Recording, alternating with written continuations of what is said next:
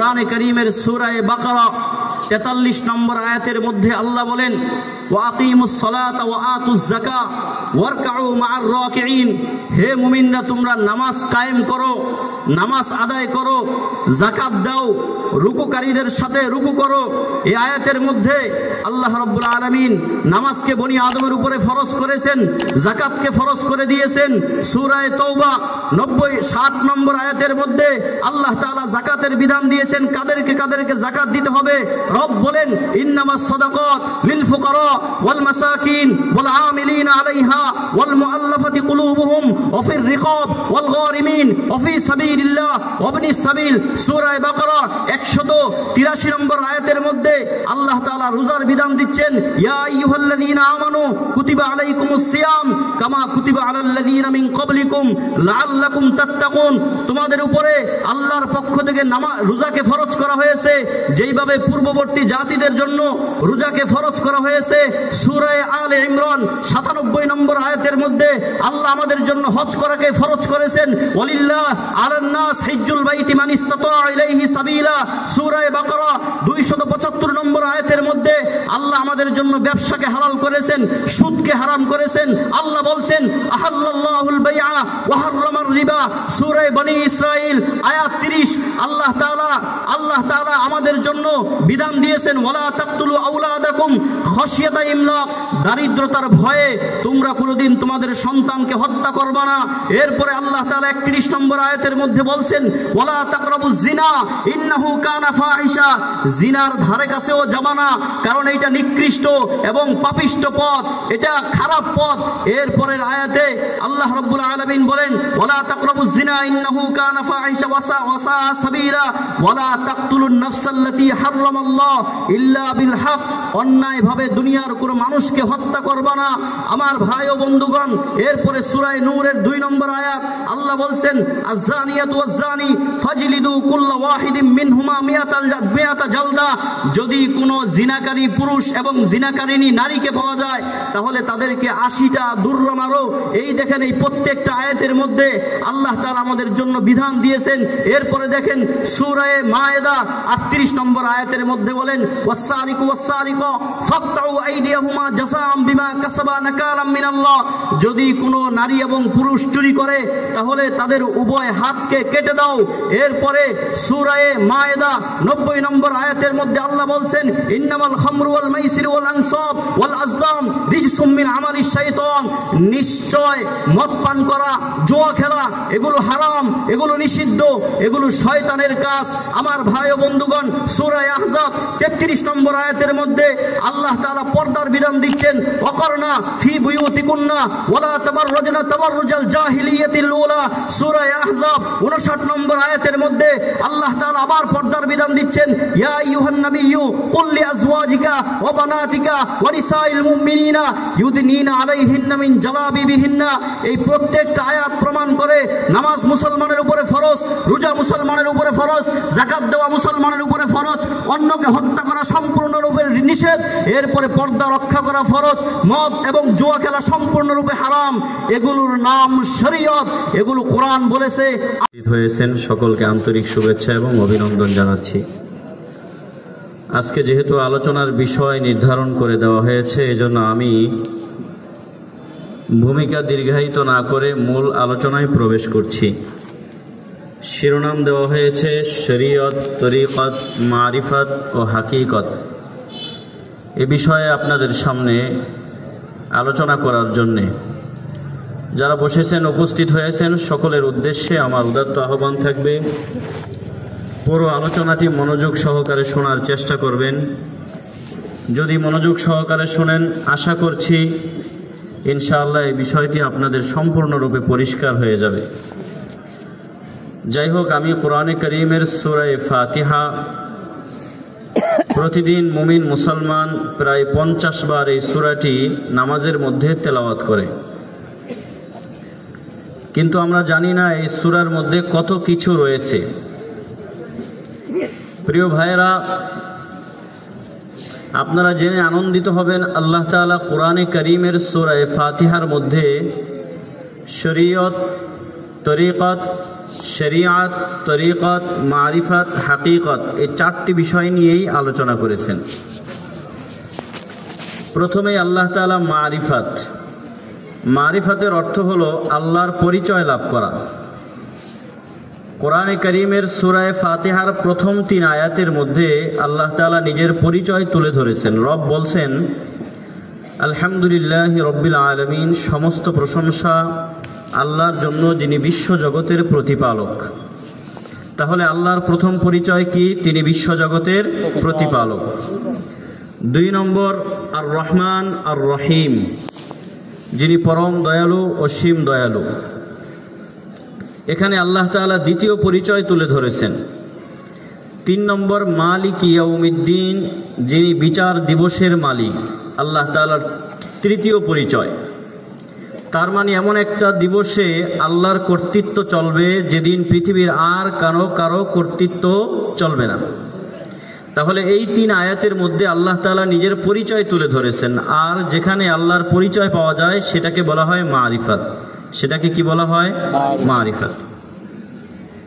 চতুর্থ আয়াতের মধ্যে আল্লাহ তাআলা শরীয়তের কথা তুলে ধরেছেন, শরীয়তের বিধান তুলে ধরেছেন। রব বলছেন, ইয়্যাকা না'বুদু ওয়া ইয়্যাকা নাস্তাঈন, হে আল্লাহ, আপনার ইবাদত করি এবং আপনার কাছেই সাহায্য চাই।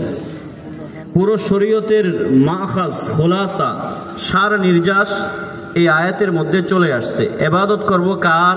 আল্লাহর। ইবাদত কার করব বলেন? আল্লাহর। সাহায্যের যদি দরকার হয় কার কাছে চাইবো? আল্লাহর কাছে। দুনিয়ার কোনো মানুষের কাছে চাইলে সাহায্য পাওয়া যাবে? না, যাবে না। কারণ সাহায্যের একমাত্র মালিক আল্লাহ তাআলা। হ্যাঁ, মানুষের কাছে সাহায্য চাইলে আপনি পেতে পারেন যদি আল্লাহ তাকে সাহায্য করার তৌফিক, এবিলিটি দান করেন, অন্যথায় সাহায্য পাওয়া যাবে না। তাহলে আমরা মারিফতও পেলাম, শরীয়তও পেলাম। 5 নম্বর আয়াতের মধ্যে আল্লাহ তাআলা ইহদিনাস সিরাতাল মুস্তাকিম বলে তরিকতের কথা আলোচনা করেছেন, তথা পুরো বিশ্ববাসীর একটি পথের উপরেই চলতে হবে। জান্নাত পাওয়ার জন্য একটি পথ ধরেই তাদেরকে হাঁটতে হবে। সেই পথের নাম হলো সিরাতে মুস্তাকিম। এই পথ হযরত আদম আলাইহিস সালাতু ওয়াস সালামের মাধ্যমে শুরু হয়েছে। সমস্ত নবীরা এই পথে চলেছেন, সমস্ত সাহাবায়ে কেরাম এই পথে চলেছেন, সমস্ত তাবেঈরা এই পথে চলেছেন। গোটা পৃথিবীর সর্বশ্রেষ্ঠ ব্যক্তিবর্গ এই পথের উপরেই পরিচালিত হয়েছেন। কিয়ামত পর্যন্ত যারা দ্বীন এবং শরীয়তকে রুল মডেল হিসেবে গ্রহণ করে চলতে চায়, যারা আল্লাহর জান্নাতে প্রবেশ করতে চায়, জাহান্নাম থেকে নিজেকে আত্মরক্ষা করে বাঁচতে চায়, অবশ্যই তাদেরকে সিরাতে মুস্তাকিমের উপরে চলতে হবে। এটা এমন পথ, যেই পথ দিয়ে হাঁটতে গেলে কারো সাথে আপনার টক্কর লাগবে না, যেই পথ দিয়ে হাঁটতে গেলে আপনার কোনো কষ্ট হবে না, যেই পথে হাঁটতে গেলে আপনি কোনো সময় রাস্তা আপনার আঁকাবাঁকা হবে না, রাস্তা পরিবর্তন করার প্রয়োজন হবে না। এই এক পথ ধরে আপনি আল্লাহর জান্নাত পর্যন্ত পৌঁছতে পারবেন। তাহলে তৃতীয় আলোচনা আল্লাহ তাআলা এখানে করলেন তরিকত নিয়ে। এরপর থেকে সিরাতাল্লাযীনা আন'আমতা আলাইহিম গায়রিল মাগদুবি আলাইহিম ওয়ালাদ-দাল্লিন বলে আল্লাহ তাআলা হাকিকতের আলোচনা করেছেন। প্রিয় ভাইরা, মোটামুটি পর্যায়ে বিষয়টা আপনাদেরকে বোঝানোর চেষ্টা করলাম। আমি আরেকটু ক্লিয়ার করি, আরো বুঝবেন। ধরেন একটা গাছ, এই গাছটা লাগানোর পরে গাছ যখন বড় হয় তখন 4টা জিনিসের মাধ্যমে একটা গাছ পরিপূর্ণতায় পৌঁছে। প্রথমত হচ্ছে গাছের অস্তিত্ব, ঠাই দাঁড়িয়ে থাকতে হয়। 2 নম্বর, গাছের কিছু ডালপালার প্রয়োজন হয়। 3 নম্বর, এই গাছের কিছু আপনার পাতার প্রয়োজন হয়। 4 নম্বর, এই গাছের কিছু ফল ফলাদির প্রয়োজন হয়। কয়টা জিনিস লাগে? 4টা জিনিস। উলামায়ে কেরাম বলেছেন, আশ-শরিয়াতু কাশ-শাজারা, শরীয়ত হলো গাছের মতো। শরীয়ত কিসের মতো? গাছের মতো। ওয়াত-তরিকতু আগসানুহা, আর তরিকত হলো গাছের ডালের মতো। ওয়াল মারিফাতু আওরাকুহা, আর মারিফাত হচ্ছে গাছের পাতার মতো। ওয়াল হাকিকতু শাজারুহা, ওয়াল হাকিকতু সামারুহা, আর হাকিকত হচ্ছে ওই গাছের ফলের মতো। তাহলে বোঝা গেল এখানে কোনোটাকে ছাড়া পরিপূর্ণতায় পৌঁছতে পারে না। ফল যদি অবশ্যই তাকে ফল দিতে হয়, গাছের আশ্রয় নিতে হবে। গাছ যদি দাঁড়িয়ে থাকতে হয়, শক্তিমত্তা নিয়ে দাঁড়িয়ে থাকতে হয়, তাকে পাতা এবং ডালের আশ্রয় নিতে হবে। এর একটা যেমন আরেকটার মুখাপেক্ষী, ঠিক তেমনিভাবে শরীয়ত হাকিকতের মুখাপেক্ষী, হাকিকত মারিফাতের মুখাপেক্ষী, মারিফাত শরীয়তের মুখাপেক্ষী। এর একটা ছাড়া আরেকটা অস্তিত্বে আসা সম্ভব নয়। আরেকটু পরিষ্কার করি প্রিয় ভাইয়েরা, 4 তরিকার এক তরিকার ইমাম, অনেক বড় ইমাম, জগৎ বিখ্যাত ইমাম হযরত শায়েখ শিহাবুদ্দিন সাহরাওয়ার্দী রহমতুল্লাহ আলাই, যিনি 532 হিজরিতে ইন্তেকাল করেছেন, তিনি বলেন, আশ-শরিয়াতু কাল-লাবান ওয়াল মারিফাতু কাজ-জুবদা। শরিয়ত হলো দুধের মতো আর মারিফাত হলো মাখনের মতো। মারিফাত কিসের মতো? মাখনের মতো। যেহেতু আমাদের সমাজে ঝামেলাটা শরীয়ত মারিফাত নিয়ে হয়, এজন্য বাকি দুইটার আলোচনা না করে আমি এখন থেকে শেষ পর্যন্ত এই শরীয়ত মারিফাত নিয়ে কথা বলবো। প্রিয় ভাইরা, তাহলে শায়েখ শিহাবুদ্দিন সাহরাওয়ার্দী রহমতুল্লাহ আলাই বললেন যে শরীয়ত হলো দুধের মতো আর মারিফাত হলো মাখনের মতো। যেমনিভাবে মাখন হিসেবে অস্তিত্বে আসতে হলে দুধের মুখাপেক্ষী, দুধ ছাড়া যেমন কোনোদিন মাখন কল্পনা করা যায় না, ঠিক তেমনিভাবে শরীয়ত ছাড়া কোনোদিন মারিফাতের কল্পনা করা যায় না।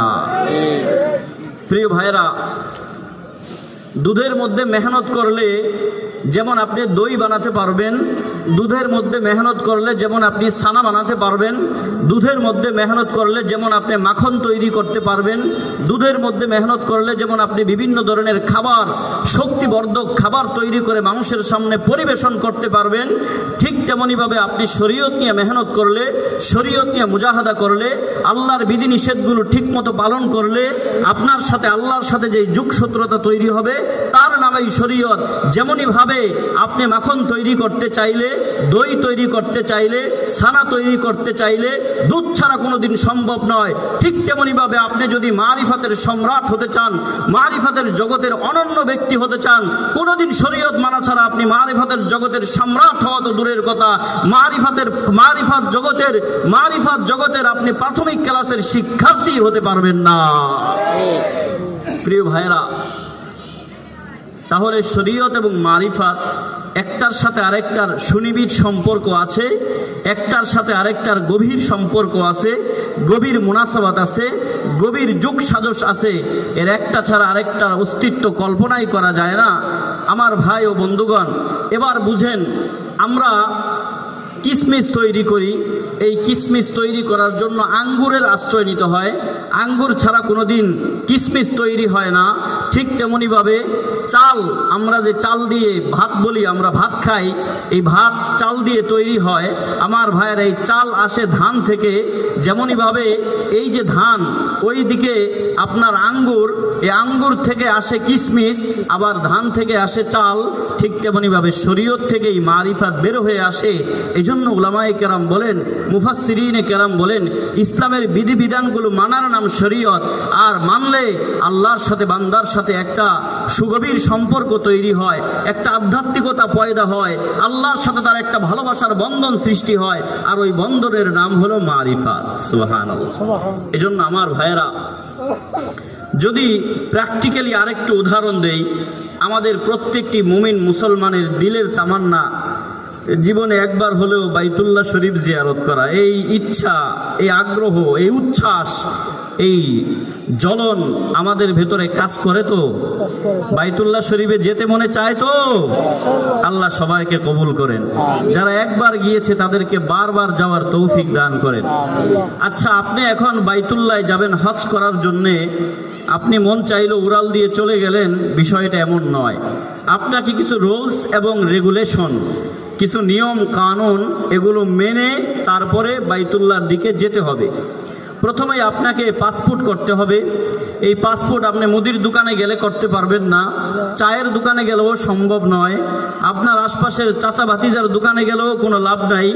আপনাকে যেতে হবে অথেন্টিক প্লেস, গভর্নমেন্টের স্বীকৃত অথেন্টিক প্লেস, অথেন্টিক সোর্সে আপনাকে যেতে হবে। পাসপোর্ট অফিসে গিয়ে আপনাকে পাসপোর্ট সংগ্রহ করতে হবে।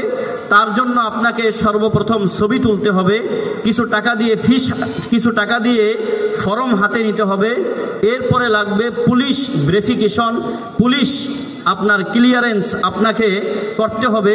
এই সব কাজগুলো সমাধান করে আপনাকে পাসপোর্ট সংগ্রহ করতে হবে।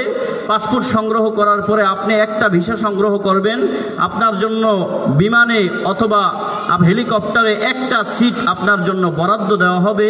তো আপনি এই সব কিছু হাতে পাওয়ার পরে এরপরে আপনি সুবিশাল পথ পাড়ি দিয়ে আপনার বাংলাদেশ বিমানবন্দর থেকে জেদ্দা বিমানবন্দরে, আন্তর্জাতিক জেদ্দা বিমানবন্দরে গিয়ে যখন আপনার বিমান ল্যান্ড করবে, প্রায় 5239 কিলোমিটার পথ পাড়ি দিয়ে আপনাকে সেখানে যেতে হবে।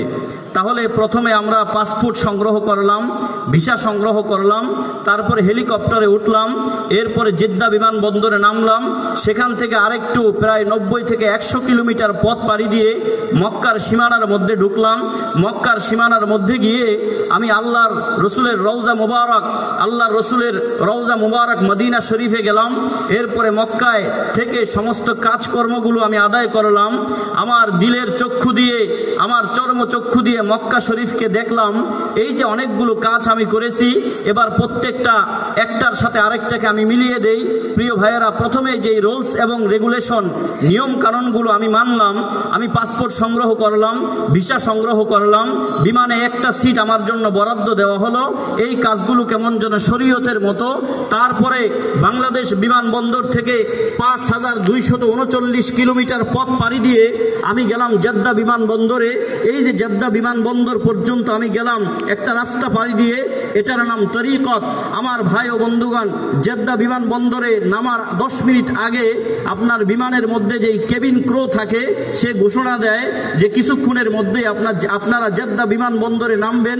তখন একটা দৃশ্য বিমানের মধ্যে দেখা যায়, যতগুলো মানুষ বিমানে বসা থাকে, হেলিকপ্টারে বসা থাকে, প্রত্যেকের ভেতরে একটা আবেগ, একটা ভালোবাসা, একটা উচ্ছ্বাস, একটা জ্বলন কাজ করে। কেমন যেন তাদের চোখ থেকে আপনার বরফ গলা দৃশ্যের মতো পানি বের হয়। আর সবার দিলের মধ্যে মক্কা মদিনা দেখার জন্য একটা তামান্না, একটা ভালোবাসা কাজ করে। ওই যেই ভালোবাসা এবং তামান্নাটা কাজ করলো, সেটা হলো হাকিকতের মতো।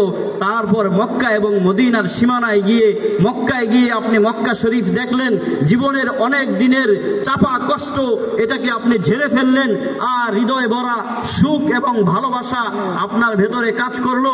গেলেন মদিনা শরীফে, মদিনায় রসুলের রওজা মুবারকের সামনে গিয়ে দাঁড়ালেন, রসুলকে সালাম পেশ করলেন। সরাসরি যখন এই উভয়টা দৃশ্য আপনি দেখলেন, ওটার নামেই মারিফাত। সুবহানাল্লাহ।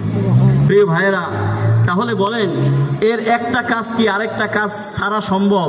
বলেন, একটা আরেকটা ছাড়া সম্ভব? সম্ভব নয়। বোঝা গেল আপনাকে সর্বপ্রথম যেই কাজটা করতে হবে সেটা হলো শরীয়ত তথা এই যে পাসপোর্ট, ভিসা, এগুলো সংগ্রহ করার মাধ্যমে আপনার সফরের যাত্রা শুরু করতে হবে।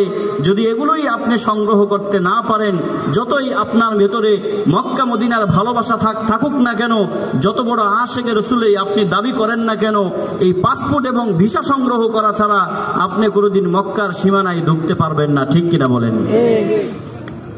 এরপরে আসেন, বলছিলাম যে শরীয়ত হলো ইসলামের বিধিবিধান মানার নাম। আর বিধিবিধান মানতে গিয়ে আল্লাহর সাথে আপনার সাথে একটা যেই সম্পর্ক তৈরি হয়, ওইটার নাম মারিফাত। আমরা মুমিন মুসলমানেরা অজু করি। বলেন, অজু করি কি করি না? অজু করি। এই অজু করতে গিয়ে আমাদের 4টা ফরজ আদায় করতে হয়, কিছু সুন্নত আদায় করতে হয়। এই ফরজ এবং সুন্নতগুলো আদায় করে যদি আপনি নামাজ পড়েন, তাহলে শরীয়ত বলে আপনার নামাজ হয়ে যাবে। যখন অজুর কাজ শেষ হলো, আপনি ঢুকলেন নামাজের মধ্যে। নামাজে আপনাকে 13টা ফরজ আদায় করতে হয়, 15টা ওয়াজিব আদায় করতে হয়, 28টা সুন্নত আদায় করতে হয়। এই বাহ্যিকভাবে এই কাজগুলো যদি একজন মুমিন মুসলমান করে, ইসলামী শরীয়তের বিধান মতে ধরে নেওয়া হয় তার নামাজ হয়ে গেছে। তবে শরীয়তের থেকে এখানে মারিফাত বলে যে যদি তার নামাজটা আল্লাহর কাছে পরিপূর্ণ মাত্রায় গ্রহণযোগ্য হতে হয়, আল্লাহর কাছে যদি এই নামাজটা মকবুল হতে হয়, তাহলে তাকে বাহ্যিক ময়লা ওযু করার মাধ্যমে সে যেমন হাত পায়ের বাহ্যিক ময়লা দূর করেছে, তার অন্তরের ময়লা, গুনাহের নাপাকি, গুনাহের আগাছাগুলো পরিষ্কার করে খাঁটি দিলে তওবা করতে হবে। এজন্যই ওযুর পরে আমরা বলি আল্লাহুম্মা জাআলনি মিনাত তাওয়াবিন ওয়াজআলনি মিনাল মুতাতাহহিরিন। হে আল্লাহ, আপনি আমাকে তওবাকারীদের অন্তর্ভুক্ত করেন, আপনি আমাকে পুত পবিত্র করে দেন। তাহলে বোঝা গেল বাহ্যিক অঙ্গ প্রত্যঙ্গগুলো ধুলেই কাজ হয় না, ভিতরের ময়লা, ভিতরের নাপাকি এগুলোকে দূর করতে হয়। ঠিক তেমনিভাবে আমি যখন নামাজে দাঁড়াই, নামাজে দাঁড়িয়ে ফরজ আদায় করি, ওয়াজিব আদায় করি, সুন্নত আদায় করি, তারপরেও আমার নামাজটা আল্লাহর কাছে পরিপূর্ণভাবে গ্রহণযোগ্য হতে হলে আমাকে একটা জিনিস লাগবে। সেটা কোরআনের সূরা মুমিনুনের মধ্যে আল্লাহ তাআলা পরিষ্কার বলেছেন, কদ আফলাহাল মুমিনুন আল্লাযীনা হুম ফি সালাতিহিম খাশিউন। ওই মুমিনরাই সফল কাম হয়ে গেল যারা তাদের নামাজের মধ্যে খুশু গ্রহণ করেছে, তথা তার দিলটা আল্লাহ অভিমুখী হয়েছে। আর আল্লাহ অভিমুখী হওয়ার জন্য সে তার দিলের সমস্ত নাপাকিকে দূর করে পুরো নামাজের মধ্যে তার রবকে তার কলবের মধ্যে স্থান দিয়েছে। এজন্য হাদিসের মধ্যে আসছে, বান্দা যখন নামাজে দাঁড়ায় শয়তানের পক্ষ থেকে বলা হয় উস্কুর কাজা ওয়া কাজা, উস্কুর কাজা ওয়া কাজা, ওইটা স্মরণ কর, দোকানের কথা স্মরণ কর, ফ্যামিলির কথা স্মরণ কর, অমুকের কথা স্মরণ কর, আত্মীয় স্বজনের কথা স্মরণ কর, এরপরে আপনার গার্লফ্রেন্ডের কথা স্মরণ কর। বিভিন্ন কথা স্মরণ করার কথা নামাজের মধ্যে শয়তান বলতে থাকে, আর আপনাকে ধোঁকা দিয়ে বোকা বানিয়ে আপনার নামাজকে বাহ্যিকভাবে কবুল হলেও অভ্যন্তরীণভাবে যেন আপনার নামাজ মহান আল্লাহর কাছে গ্রহণযোগ্য না হয়, শয়তান সেই পায়তারা করতে থাকে। তাহলে যদি আপনার নামাজকে বাহ্যিকভাবে গ্রহণযোগ্য করতে হয়, তাহলে নামাজের 13টা ফরজ, 15টা ওয়াজিব, 28টা সুন্নত আদায় করতে হবে। আর অভ্যন্তরীণভাবে মারিফাতের দৃষ্টিতে যদি আপনার নামাজকে গ্রহণযোগ্য বানাতে হয়, তাহলে পুরো নামাজের মধ্যে আপনার কলব আল্লাহর দিকে তাওয়াজ্জু দিতে হবে, আপনার কলবকে আল্লাহর দিকে মুতাওয়াজ্জু দিতে হবে, এবং পাশাপাশি আপনার কলব থেকে গুনাহের সমস্ত নাপাকিগুলো বের করে পরিপূর্ণভাবে একটা স্বচ্ছ হৃদয় নিয়ে আল্লাহর সামনে নামাজে দাঁড়াতে হবে। এবার যদি আপনারা বুঝে থাকেন, বলেন শরীয়ত কঠিন না মারিফাত কঠিন? এতক্ষণ আলোচনার পরেও বুঝলেন না। শরীয়ত কঠিন না মারিফাত কঠিন? মারিফাত কঠিন, কারণ এটা ভিতরের কাজ। দিল কি দুনিয়া, কেমন যেন অন্তরের জগতের কাজ। এটা সবাই পারে না, সবার দ্বারা এটা সম্ভব নয়। সমস্যাটা হলো বাস্তবতা বলে, কোরআন এবং হাদিস বলে শরীয়তের তুলনায় মারিফাত অনেক কঠিন। আমাদের দেশের ভণ্ড এবং কিছু পীর ফকিররা তারা বলে থাকে শরীয়তের তুলনায় মারিফাত সহজ। এজন্য তারা বলে 5 ওয়াক্ত নামাজ পড়া এটা শরীয়ত বলে ফরজ, যাকাত দেওয়া শরীয়ত বলে ফরজ, রোজা রাখা শরীয়ত বলে ফরজ, হজ করা শরীয়ত বলে ফরজ, অন্যের হককে নষ্ট করা শরীয়ত বলে এটা জায়েজ নাই। এই সব কাজগুলো যখন মারিফাতে আসে তখন এগুলো নাজায়েজ হয়ে যায়, তখন এগুলো করতে হয় না। আমি বলবো এটা কোনোদিনও শরীয়ত যারা বিশ্বাস করে, ইসলাম যারা বিশ্বাস করে, ইসলাম যারা স্বীকার করে, ইসলামের প্রকৃত খাদেম বলে যারা দাবি করে, এটা তাদের কোনোদিনও বক্তব্য হতে পারে না। বরং আমি দায়িত্বহীন ভাষায় বলবো এটা মারিফাতের নামে ভণ্ডামি এবং শয়তানি। ঠিক কিনা বলেন? আমার ভাইয়েরা, এবার আপনাদের সামনে আরেকটা বিষয় পেশ করি। কোরআনে কারীমের বিভিন্ন জায়গায় আল্লাহ তাআলা আমাদেরকে বিভিন্ন কমান্ড দিয়েছেন, বিভিন্ন আদেশ দিয়েছেন, বিভিন্ন প্রত্যাদেশ বনি আদমের জন্য নাজিল করেছেন। কোরআনে কারীমের সূরা বাকারা 43 নম্বর আয়াতের মধ্যে আল্লাহ বলেন, ওয়া আকিমুস সালাতা ওয়া আতুজ যাকাত ওয়ারকাউ মা'আর রাকিঈন। হে মুমিনরা, তোমরা নামাজ কায়েম করো, নামাজ আদায় করো, যাকাত দাও, রুকুকারীদের সাথে রুকু করো। এই আয়াতের মধ্যে আল্লাহ রাব্বুল আলামিন নামাজকে বনি আদমের উপরে ফরজ করেছেন, যাকাতকে ফরজ করে দিয়েছেন। সূরা তাওবা 60 নম্বর আয়াতের মধ্যে আল্লাহ তাআলা যাকাতের বিধান দিয়েছেন, কাদেরকে যাকাত দিতে হবে। রব বলেন, ইন্নামাস সাদাকাত লিল ফুকারা ওয়াল মাসাকিন ওয়াল আমিলিনা আলাইহা ওয়াল মুআল্লাফাতি কুলুবুহুম ওয়া ফির রিকাব ওয়াল গারিমিন ওয়া ফি সাবিলিল্লাহ ওয়া ইবনিস সাবিল। সূরা বাকারা 183 নম্বর আয়াতের মধ্যে আল্লাহ তাআলা রোজার বিধান দিচ্ছেন, ইয়া আইয়ুহাল্লাযীনা আমানু কুতিবা আলাইকুমুস সিয়াম কামা কুতিবা আলাল্লাযীনা মিন ক্বাবলিকুম লাআল্লাকুম তাত্তাকুন। তোমাদের উপরে আল্লাহর পক্ষ থেকে রোজাকে ফরজ করা হয়েছে যেইভাবে পূর্ববর্তী জাতিদের জন্য রোজাকে ফরজ করা হয়েছে। সূরা আলে ইমরান 97 নম্বর আয়াতের মধ্যে আল্লাহ আমাদের জন্য হজ করাকে ফরজ করেছেন, ওয়ালিল্লাহ আলান নাস হিজ্জুল বাইতি মান ইসতাতা ইলাইহি সাবিলা। সূরা বাকারা 275 নম্বর আয়াতের মধ্যে আল্লাহ আমাদের জন্য ব্যবসাকে হালাল করেছেন, সুদকে হারাম করেছেন। আল্লাহ বলছেন, আহাল্লাল্লাহুল বাইআ ওয়া হাররামার রিবা। সূরা বনী ইসরাইল আয়াত 30 আল্লাহ তাআলা আমাদের জন্য বিধান দিয়েছেন, ওয়ালা তাকতুলু আওলাদাকুম খাশিয়াতা ইমলাক। দারিদ্রতার ভয়ে তোমরা কোনোদিন তোমাদের সন্তানকে হত্যা করবে না। এরপরে আল্লাহ তাআলা 31 নম্বর আয়াতের মধ্যে বলছেন, ওয়ালা তাকরাবুজ জিনা ইন্নাহু কানা ফাহিশা। জিনার ধারে কাছেও যাবা না, কারণ এটা নিকৃষ্ট এবং পাপিষ্ট পথ, এটা খারাপ পথ।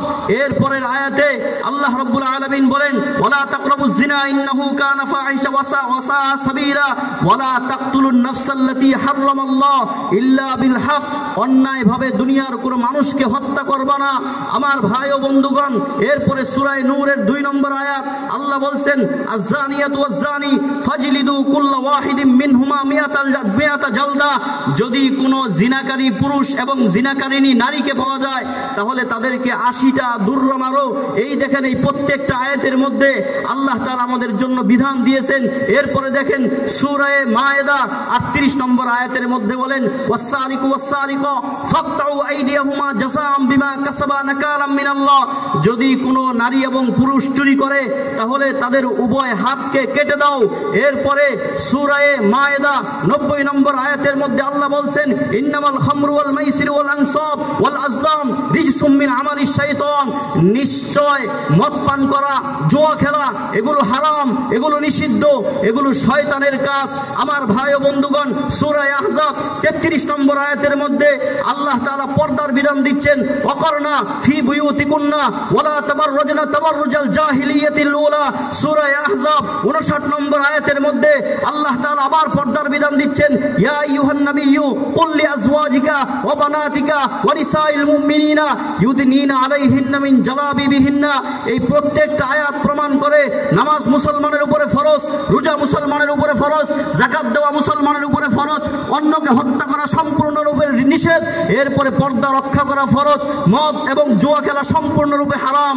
এগুলোর নাম শরীয়ত, এগুলো কোরআন বলেছে, আমরা বলি নাই, পৃথিবীর কোনো আলেম বলে নাই, আলেমের কোনো নিজস্ব বক্তব্য নয়। এই সবগুলো কোরআনের আয়াত, আর এই আয়াতগুলো প্রমাণ করে প্রত্যেকটা মানুষ যদি জান্নাতবাসী হতে চায়, আল্লাহর জান্নাতের পথ ধরে চলতে চায়, এই প্রত্যেকটা আয়াতকে রক্ষা করে তার চলতে হবে। কাজেই যেহেতু কোরআন বলছে, শরীয়ত বলছে, নামাজ পড়তে হবে, রোজা রাখতে হবে, হজ করতে হবে, যাকাত দিতে হবে, কাজেই মারিফাতের ধ্বজাধারী দুনিয়ার কারো জন্য এর একটা বিধানকে মানসুখ করা এবং রহিত করার পারমিশন নাই। ঠিক কিনা বলেন? আমার ভাইয়েরা, শরীয়ত যখন এই বিধানগুলো দিল, শরীয়ত যখন আমাদেরকে এই কাজগুলো করতে বলল, কাজেই কেউ যদি বলে শরীয়তে থাকলে এগুলো করতে হয়, মুন্সি মোল্লাদের এগুলো করতে হয়, মারিফাত পর্যন্ত গেলে এগুলোর দরকার হয় না, বোঝা গেল মারিফাতের মেশিন বড় পাওয়ারফুল, মারিফাতের মেশিন বড় শক্তিশালী। তাহলে তাদের উদ্দেশ্যে বলবো, বলেন ইসলামী শরীয়ত গোবর খাওয়া জায়েজ বলেছে না নাজায়েজ বলেছে? কথা বলেন, জায়েজ বলেছে না নাজায়েজ বলেছে? গোবর খাওয়া জায়েজ। মারিফাতের মেশিন এত শক্তিশালী হওয়ার কারণে সব নাজায়েজকে জায়েজ বানিয়ে দেয়, সব জায়েজকে নাজায়েজ বানিয়ে দেয়। কাজেই মারিফাতের ধ্বজাধারী পীর এবং ফকিরদেরকে বলবো, যদি মারিফাতের মেশিন এত শক্তিশালী হয় তাহলে আল্লাহর শরীয়তের বিধান মতো গোবর খাওয়া নিষেধ এবং হারাম। যদি তোমাদের মারিফাতের মেশিন এত শক্তিশালী হয় তাহলে গোবর খেয়ে এটার বৈধতা প্রমাণ করে দেখাও। ঠিক কিনা বলেন? আমার ভাইয়েরা, সর্বশেষ আপনাদের সামনে যেই কথাটা বলবো, আসলে মারিফাতের বিধানগুলো অনেক কঠিন। যে কেউ চাইলে মারিফাতের জগতের উজ্জ্বল নক্ষত্র হতে পারে না, যে কেউ চাইলে মারিফাতের জগতের সম্রাট হতে পারে না। যে কেউ চাইলেই মারিফাতের জগতের অতন্দ্র প্রহরী হতে পারে না। আবার যারা হয় তারা মারিফাতের সম্রাট বলেও দাবি করে না। এটা সম্পূর্ণরূপে ভিন্ন এক জগৎ। এই জগতে পদার্পণ করা, এই জগতের গভীরে প্রবেশ করা দুনিয়ার খুব কম মানুষের পক্ষেই সম্ভব। হযরত সিদ্দিক আকবর রাদিয়াল্লাহু তাআলা আনহুর কন্যা উম্মাহাতুল মুমিনিন হযরত আয়েশা রাদিয়াল্লাহু তাআলা আনহা, একবার তার উপরে অপবাদ দেওয়া হলো। আয়েশা রাদিয়াল্লাহু তাআলা আনহার উপরে অপবাদ দেওয়া হলো যে আয়েশা রাদিয়াল্লাহু তাআলা আনহা অশ্লীল কাজ করেছেন, অন্যায় কাজ করেছেন, নাউজুবিল্লাহি মিন যালিক, জিনায় জড়িয়েছেন। বলেন, যদি রসুলের সহধর্মিনীর ব্যাপারে দুনিয়ার কোনো মানুষ বলে সে অপকর্মে জড়িয়েছে, অশ্লীল কাজ করেছে, তার ঈমান থাকবে? আরো জোরে বলেন, ঈমান থাকবে? কিন্তু ওই জমানায় এক মুনাফিক গাদ্দার সে বলে বসলো, ধারণা প্রসূত, সে বলে ফেললো আয়েশা এই কাজ করেছে, অশ্লীল কাজ করেছে। আমাদের সরল মনা কিছু মুসলমান তাদের ধোঁকায় পড়ে বোকা বনে গিয়ে তারাও বলতে লাগলো আয়েশা এই কাজ করেছে। দুই একজন, এই দুই একজনের মধ্যে একজনের নাম হলো মিস্তা। কি নাম? মিস্তা। এই মিস্তাও বলে উঠলো যে আয়েশা রাদিয়াল্লাহু তাআলা আনহার আত্মীয় ছিল, সেও বলে উঠলো আয়েশা এই কাজ করেছে।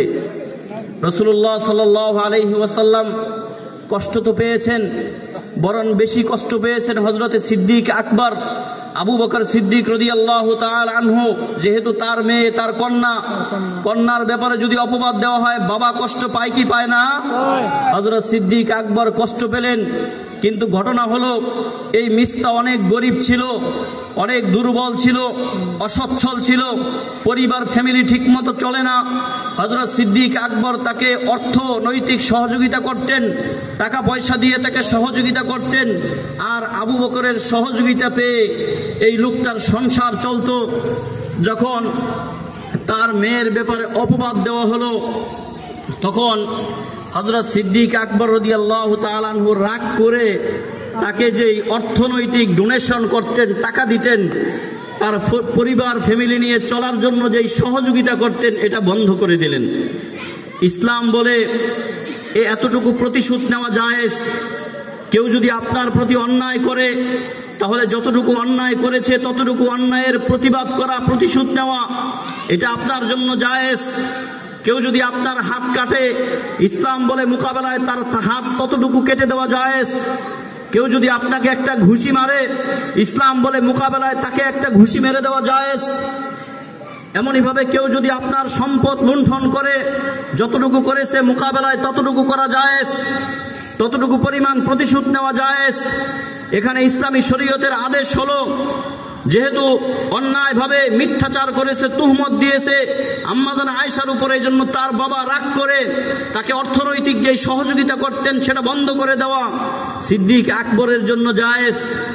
কিন্তু আল্লাহ তাআলার পক্ষ থেকে যখন এটা শেষ করে, আল্লাহ তাআলার পক্ষ থেকে যখন এই আদেশ আসলো, হে সিদ্দিক আকবর আবু বকর, তুমি তাকে টাকা পয়সা দেওয়া বন্ধ করে দিয়েছো, কোনো সমস্যা নাই, তবে একটা বিষয় বুঝার চেষ্টা করো, তুমিও আবু বকর আমার কাছে অনেক অন্যায় করো, কিন্তু আমি রব তোমাকে মাফ করে দেই। তুমি যাকে অর্থনৈতিক সহযোগিতা করতে, ওই গরিব ছেলেটা তোমার প্রতি অন্যায় করেছে, তোমার মেয়ের প্রতি অন্যায় করেছে, আর অন্যায় করে দেওয়ার কারণে তুমি তাকে অর্থনৈতিক সহযোগিতা করা বন্ধ করে দিলা। তুমি তাকে অর্থনৈতিক সহযোগিতা করা বন্ধ করে দিলা। আমি আল্লাহ যদি তোমার প্রতি রাগ করে তোমাকে সহযোগিতা করা বন্ধ করে দেই, তখন পরিস্থিতি কি হবে? কাজেই আল্লাহ তাআলা আবু বকর সিদ্দিক রাদিয়াল্লাহু তাআলা আনহুকে বুঝাতে চাইলেন যে হে আবু বকর, প্রতিশোধ নেওয়া জায়েজ হলেও এখানে আরো ঊর্ধ্বে উঠে তোমাকে মাফ করে দিতে হবে। আর এই মাফ করে দেওয়া মুমিনের কাজ, আর এই মাফ করে দেওয়া এটাই মারিফাতের স্তর।